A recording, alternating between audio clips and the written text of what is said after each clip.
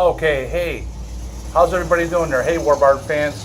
I'm going to give you guys a little bit closer look at the Kettenkrad gearbox. Here we go. Let's take a look.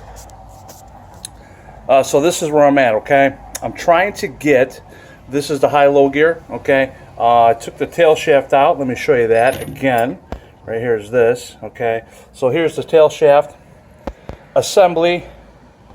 That came out of there. I just simply turned these screws when they were in here, and it basically came out. So that was pretty cool. There's a seal right here by my thumb that needs to be replaced. I'm going to order that. Inside this sleeve is a brand new bearing. So there is the brand new bearing. This gear here and tail shaft is okay. It's not out of order. Yeah, it's got some dirt. It's got a little bit of slight corrosion, but you know what it's going to do. For right now, I'm going to work with it. If in the meantime, while I'm putting this together, I happen to find a new one, this can come out. I don't have to disassemble the whole thing. I might put one in there. So something else I got here is a new dog clutch. So this one here is new, and it's a little bit better condition.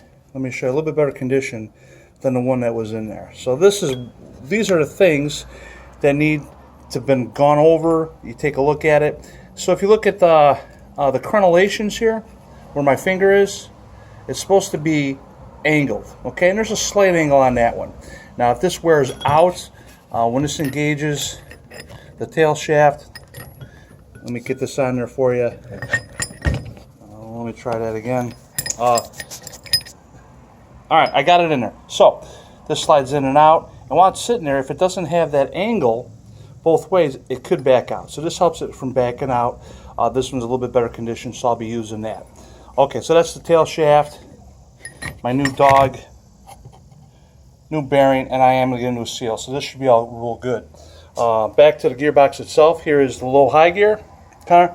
Now I'm having a little bit of a trouble getting the snap ring out of here. You can't even see. You got to get like at an angle like this with a flashlight.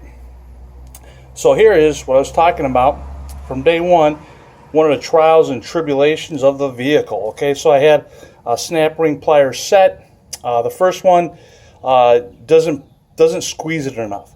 All right, the second one I had was bigger, but the holes were too big. I tried an adjustable one. This isn't the adjustable one. Let me give you an idea what we're doing here. And that wouldn't take it off either. So I got to find a set that has, the proper hole, but comes out far enough and is strong. So I got it partially out, and then it snaps back in. So that's what's keeping me getting to the next step. Let me show you the rest here. So this is the top gear pack. There are 4 gears. Turn it sideways. This here is the reverse gear. That's the reverse gear. Here's the main gear pack. Okay. So the reason why I'm redoing this is one of these gears here.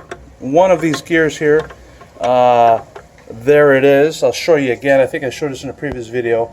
Is chipped. What happened is the gear shifter is up here. There's a pin that holds it in place, and sometimes it falls down into the gearbox. So it looks like it chipped this. It might have bounced. There's a chip on one of these gears too as well. What I'm concerned about is underneath there's a gear too. I looked at it. I twisted this around. It seemed to be fine. Could barely see this in the lighting, but it would be the one right down in here. So after I get this out, I'll put the new one in. Let me show you the new one. Here's the brand new gear pack. This is a brand new reproduction. Once I get that in there, that'll be good.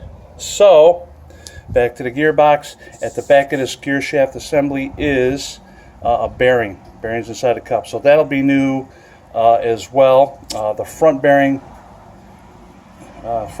is going to be in here. So that'll be new. Gear shaft will be new. Bearing will be new. I'm going to leave the reverse gear alone. It looks like it's in good shape. Doesn't look like there's any play in that at all. So once I get this out, I'll be able to further assess if there actually is damage on the bottom gears. If there is damage, I do have that gear, a new one, and I do have this gear as well. This one looks okay. I hope it is. Hopefully that one's okay, but we'll see what happens.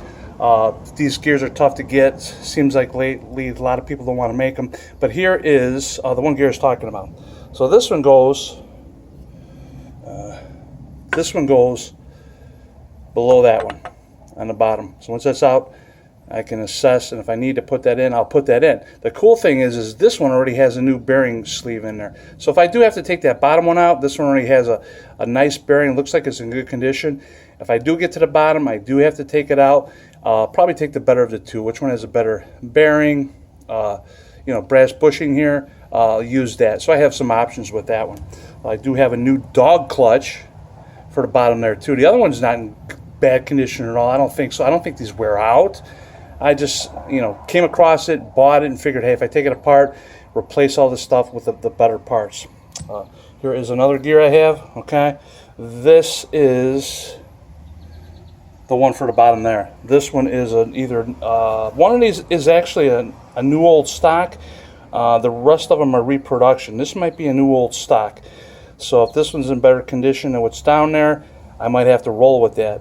It could be okay. So what I'm hoping, guys, is I just have to take the top bearings out, this gear pack, put that back in there, and assess the bottom. If everything is good, tolerances are good, no chip, crack gears, I'll be okay. If I do have to take it out, then I will be putting a new dog clutch, new gear down here, new gear down there. And what else do I have? Here is the bottom low-high gear. So this goes underneath here. I don't think there's anything wrong with the one on the bottom, but if I have to take it apart, I have a brand new one. Nice bushing pressed in there as well. I also have a gear shaft for the bottom down there. There's a gear shaft down there. One of these dog clutches has springs. I got new springs for that. I also have new bearings for the bottom as well. So that's pretty much it. Got to dig a little deeper and see what I need to do. I think I have most of the parts that I need. I think I'm going to be okay. Let me show you the back here. Below the tail shaft, it goes right up in here. Tail shaft goes right in there. Is the speedometer drive. So that's the speedometer drive gear, which is in great condition. And here is the speedometer drive assembly. That'll drive that gear.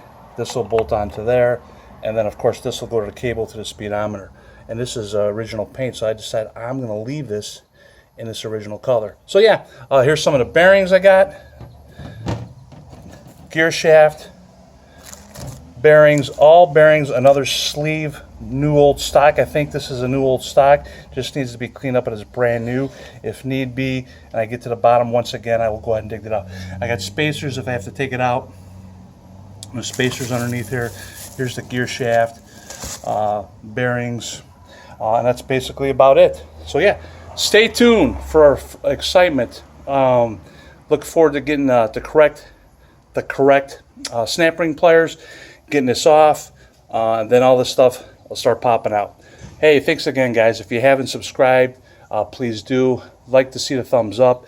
If you ever have any comments, please chime in. If you have any suggestions, please let me know. I'm learning about this as I go. Thanks again. Have a great day.